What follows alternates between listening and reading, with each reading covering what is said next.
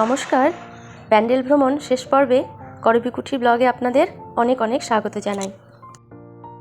আগের দুটো পর্বে 4টি জায়গা দেখিয়েছিলাম, লাহিড়ী বাবার আশ্রম, গায়ত্রী আশ্রম, শরৎচন্দ্রের ভিটা আর দেখিয়েছিলাম হংসেশ্বরী মন্দির। আর আজকে দেখবো আমরা ব্যান্ডেল চার্চ আর ইমামবাড়া। তো চলুন, আমরা পৌঁছে গেছি ব্যান্ডেল চার্চের কাছাকাছি। ভিডিওটি শুরু করার আগে আপনাদের কাছে একটাই অনুরোধ, আমার চ্যানেলটিকে সাবস্ক্রাইব করে দেবেন আর পাশে থাকা বেল আইকনটি বাজিয়ে দেবেন।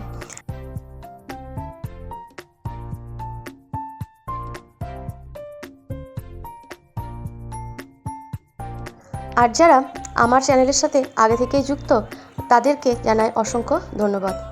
তো আজকে ভিডিওটা এখান থেকেই শুরু করি। সাজানো হয়েছে,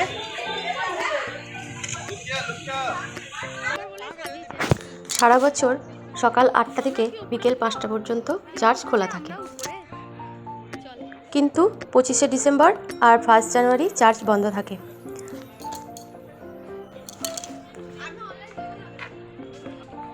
তো প্রথমে ঢুকেই আমরা দেখলাম এই সমস্ত কারুকার্যগুলো করা আছে, দেখতে বেশ ভালোই লাগছে। তো দেখতে দেখতে আস্তে আস্তে এগিয়ে যাচ্ছি।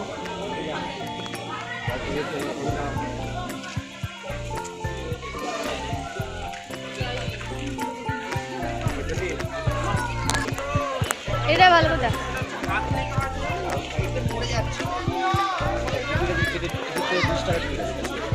হ্যাঁ ঢুকবো।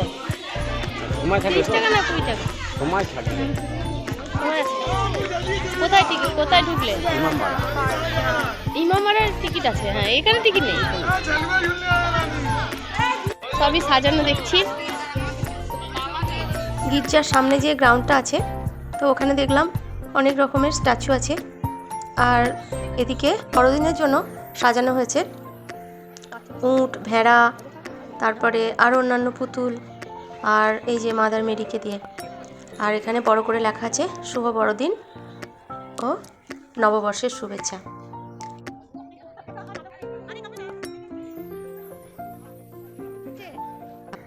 সিঁড়িতে উঠে একটু আমি এই দিকটা দেখে নিলাম। তো এবার যাব আমরা ভিতরে গিয়ে দেখি কি আছে।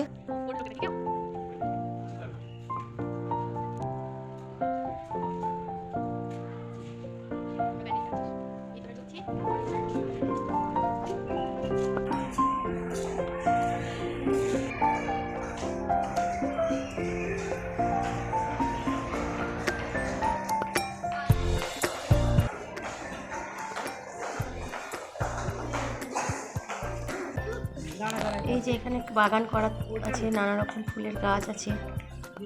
আর ওই সিঁড়ি দিয়ে মানুষগুলো উঠছে, আমরা হয়তো ওই দিক দিয়ে উঠবো। এই যে এদিকে একটা পরী করা আছে, আর ওখানে একটা পাহাড় বানানো আছে যেখানে যীশু খ্রিস্টকে দেখতে পাচ্ছি। যাই সামনে এগিয়ে গিয়ে দেখি। আর এখানে সবাই মোমবাতি জ্বালাচ্ছে। এখানে যীশু, এটা একটা কীর্তি পাহাড়ের মতো তৈরি করে রেখে দিয়েছে।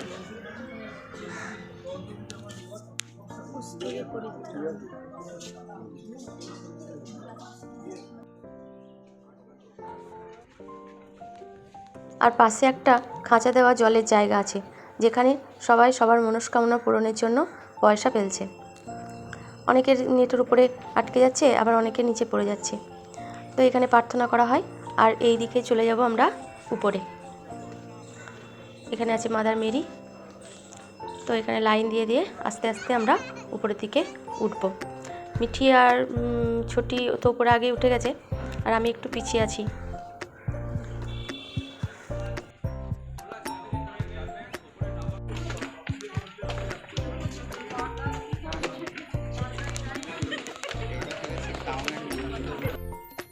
উপর থেকে কি সুন্দরই না লাগছে, কিন্তু এখানে একটা সিকিউরিটি গার্ড আছে যিনি আমাদেরকে ফটো তুলতে বারণ করছেন। তো এখান থেকে একটু তুলে নিচ্ছি, বারণ করছে যখন সেটা তো শুনতেই হবে। তো এখান থেকে একটু তুলে নিচ্ছি, এরপর থেকে আর ভিডিও করা যাবে না বলছে। দেখি যেখান থেকে যাবে সেখান থেকেই করবো আবার।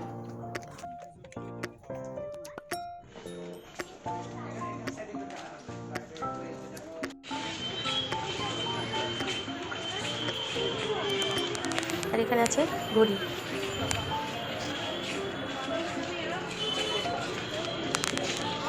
আর এখানে সবাই প্রার্থনা করছে মোমবাতি আর ধূপকাঠি জ্বালিয়ে। আর উপর থেকে দেখা যাচ্ছে নিচের রাস্তাটা।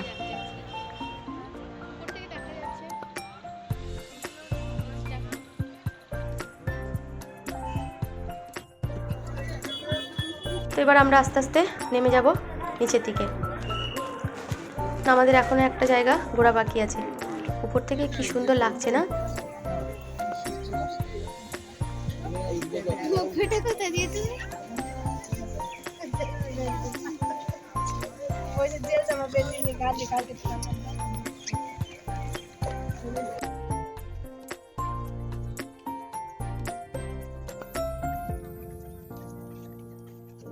এখানে একটু দাঁড়ালাম। এই ভদ্রমহিলার ঘরের চাবি হারিয়ে গেছে। ওনার হাজব্যান্ড রিলেটিভসদের নিয়ে গির্জা দেখাতে এসেছিল, আর তখনই বাড়ির চাবিটা কোথায় ফেলেছে তাই খুঁজছে। তাই একটু দাঁড়ালাম। বাড়ির চাবি হারালে যে কি কষ্ট হয়, আর কি করা যাবে, এখন খুঁজুক কোথায় যে ফেলেছে। এবার আস্তে আস্তে আমরা নিচে নামছি। নিচেতেও আছে বড় চার্চটা। এগুলো হচ্ছে সমাধি।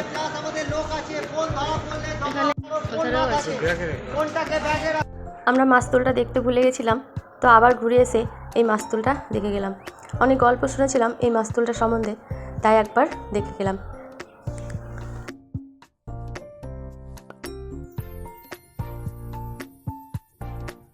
আসল যে মাস্তুল দুটো, সে দুটো ওই মিউজিয়ামের ভেতরেই আছে। এটা তো একটা শো করে রেখে দিয়েছে।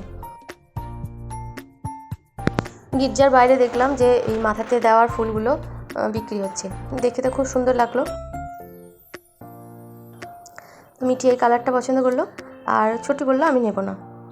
আমাদের গির্জা দেখাতে হলো। এবার আমরা যাব হুগলির ইমামবাড়া। পৌঁছে গেছি হুগলির ইমামবাড়ার কাছে, আর টিকিটও কেটে নিয়েছি। এবার যাব ভিতরে। শরবতখানা,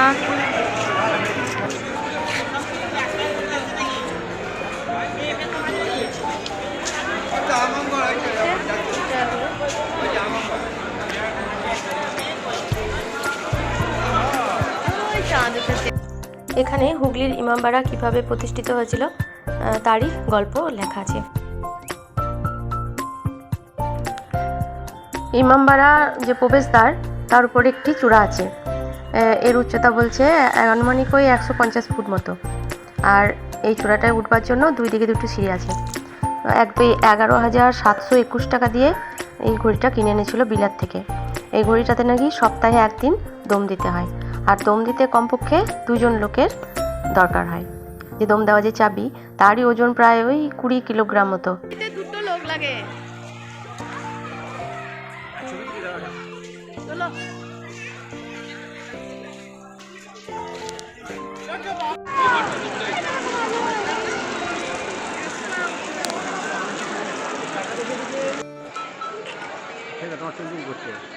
আমার না গঙ্গার পাড়ে চলে এসছি আমরা। আর এখানে দেখবো আমরা সূর্য ঘুরি। সূর্যটা যেদিকে যাবে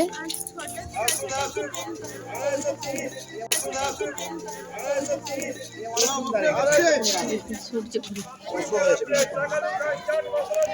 দূরে দেখা যাচ্ছে ব্রিজটা, এত কুয়াশা।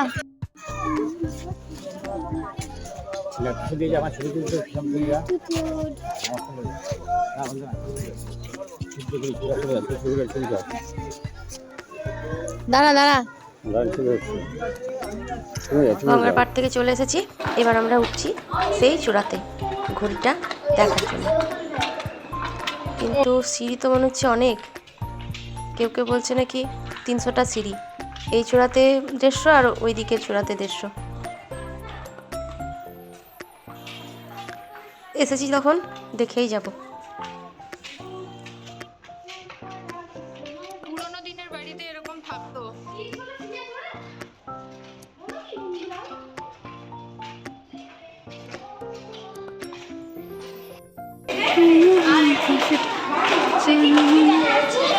ছাদ দে আমাকে দেখ তো গাড়ি। এই না এত পুরনো উপর থেকে দেখা যাচ্ছে। কিন্তু এত কষ্ট করে উঠে ওই গঙ্গাটা দেখা যাচ্ছে এখান থেকে। হ্যাঁ, ও দারুণ লাগছে এখান থেকে। ভালো লাগছে, হ্যাঁ। ভিউটা ভালো, বাট সুন্দর। হ্যাঁ, চো চো চো চো চো। এই মাগো, আমাদের ফোন আছে তো। চ নেমে চ, এবার নামতে হবে। ও মা, নামতে নামতে নামতে কষ্ট হচ্ছে। এই এই দে রে, ঘড়ি ঘড়ি এই দে। Okay, we saw something Hey. precious. না সামনের ঘড়িটা চলে। হ্যাঁ, ওইটা ওইটা বোধহয় চলে, ওই কোনো ভিতরে আছে কিছু একটা।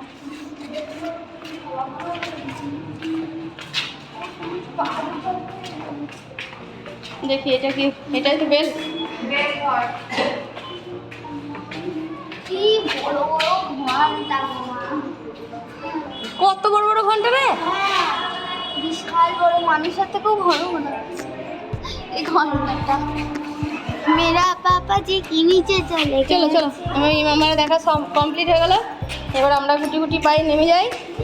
চল তোরা নাম, তোদের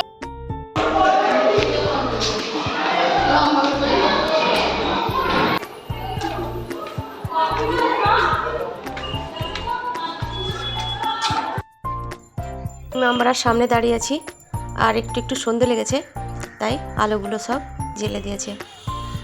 খুব সুন্দর লাগছে দেখতে। তো আজকে এই পর্যন্তই, আবার অন্য কোনো দিন দেখা হবে। তো আজকে আসি, থাকলো কিছু ফটো।